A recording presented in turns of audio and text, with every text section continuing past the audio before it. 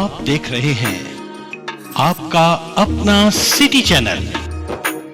चंद्रशेखर आजाद की dead body उनके घर वालों या रिश्तेदारों को सौंपी भी नहीं गई। कहा जाता है कि एक रिश्तेदार बहुत दिनों से उनकी डेड बॉडी ढूंढने की कोशिश कर रहा था, कभी नेहरू के पास तो कभी अस्पताल में तो कभी मैजिस्ट्रेट के पास उन्हें चक्कर कटवाते रहे और अंत में जब उन्हें चंद्रशेखर आजाद की बॉडी का पता चला तो वे वहां पहुंच गए, लेकिन तब तक अंग्रेज मिट्टी का तेल डालकर उनकी बॉडी जला चुके थे। बची हुई बॉडी का संस्कार उन्होंने पूरी विधि के साथ किया और त्रिवेणी संगम में चंद्रशेखर आजाद की अस्थियां विसर्जित की गई। जिस पार्क में चंद्रशेखर आजाद शहीद हुए थे उसका नाम अल्फ्रेड पार्क से बदलकर चंद्रशेखर आजाद पार्क कर दिया गया और साथ ही आजादी के बाद उनके गांव धीमापुरा का नाम भी आजादपुरा कर दिया गया। दोस्तों, ये थी चंद्रशेखर आजाद के जन्म से लेकर शहीद होने तक की पूरी कहानी।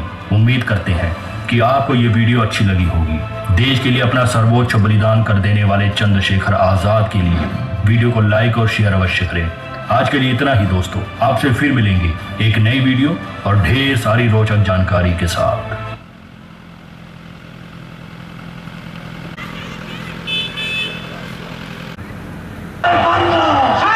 बड़ा घमासान जारी रहता है, वहीं दूसरी तरफ बांग्लादेश खुद को एक अलग देश घोषित कर चुका होता है। इसी बीच 3 दिसंबर 1971 को भारत के खिलाफ Pakistan operation Genghis Khan launch कर देता है।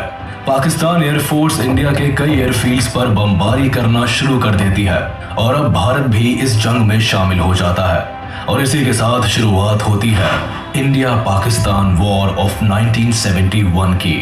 लेकिन भारत और पाकिस्तान के बीच ये वॉर होती ही क्यों है? पाकिस्तान के सिविल वॉर से भारत का क्या लेना देना होता है? और 1947 में पाकिस्तान का दामन थामने वाला ईस्ट पाकिस्तान आखिर क्यों आजादी की मांग पर उतर आता है? भारत का इस पूरे वॉर में क्या कंट्रीब्यूशन रहता है?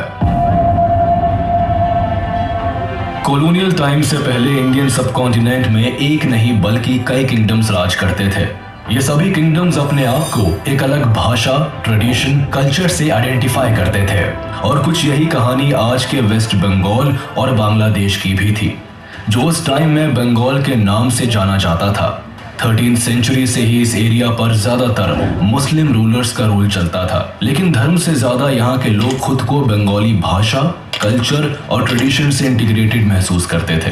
अलग अलग धर्म से होने के बाद भी यहाँ कम्युनिटीज में यूनिटी एग्जिस्ट करती थी। 1757 में बंगाल में ब्रिटिश राज आने के बाद कम्युनिटीज के बीच धर्म की खाई गहरी होती जाती है, लेकिन एक चीज जो हमेशा कॉमन रहती है वो है बंगाली एथनिसिटी।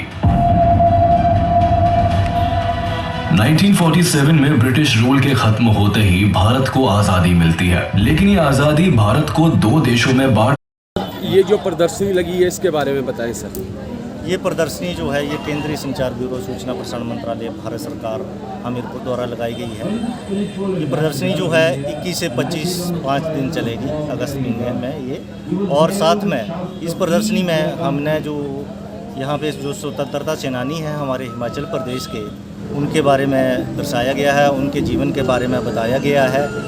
और साथ में जो केंद्र सरकार के 9 साल पूरे हुए हैं, 9 सालों में केंद्र सरकार ने जो कार्य किए हैं उसके ऊपर हमने चित्रों के माध्यम से और पूरी जानकारी दी है, ताकि यहाँ बाहर से भी लोग आ रहे हैं और इन चित्रों के माध्यम से स्वतंत्रता सेनानियों के बारे में और भारत सरकार के जो जन कल्याणकारी कार्य किए हैं सरकार ने, उसके बारे में जानकारी प्राप्त कर रहे हैं। साथ ही हम जो है स्कूलों से बच्चों को बुलाकर यहाँ पे प्रतियोगिताएं भी करवाते हैं, जैसे प्रश्नोत्तरी प्रतियोगिता हो गई, पोस्टर पेंटिंग है, स्लोगन राइटिंग है। इसी तरह के कंपटीशन जो है हमारे 5 दिन चलेंगे।